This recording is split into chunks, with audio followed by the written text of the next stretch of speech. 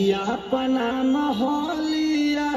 से निकल हेरी सबके मम्मी सूत गई का मास्टर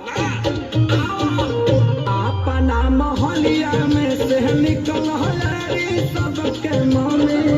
अपना मोहलिया में से निकल हेरी सबके मम्मी खीरा खावा खाना भाई लगौआ के आरी तैयारी कुछ पहिल नहीं खीरा खावा खाना भाई लगौआ के आरी तैयारी कुछ पहिल नहीं सबके अलग अलग भाव होला। एही भाव में हमार भौजाई भैया से कहत रहली हो ए राजा जी तब भैया कहलन ह कि का हो त देखी ना कितना भाव में और कितना प्यार से कहत रही कि पूजा के कला तैयारी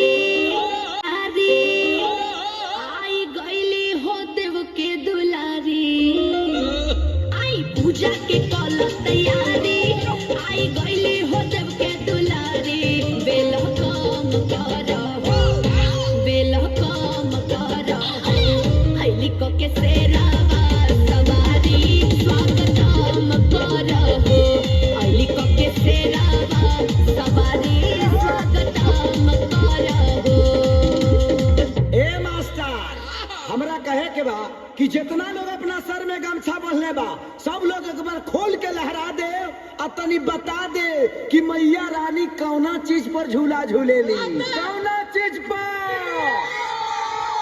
एक लमर आजा कि झूमेली झूम झूम हरी हरी नीमिया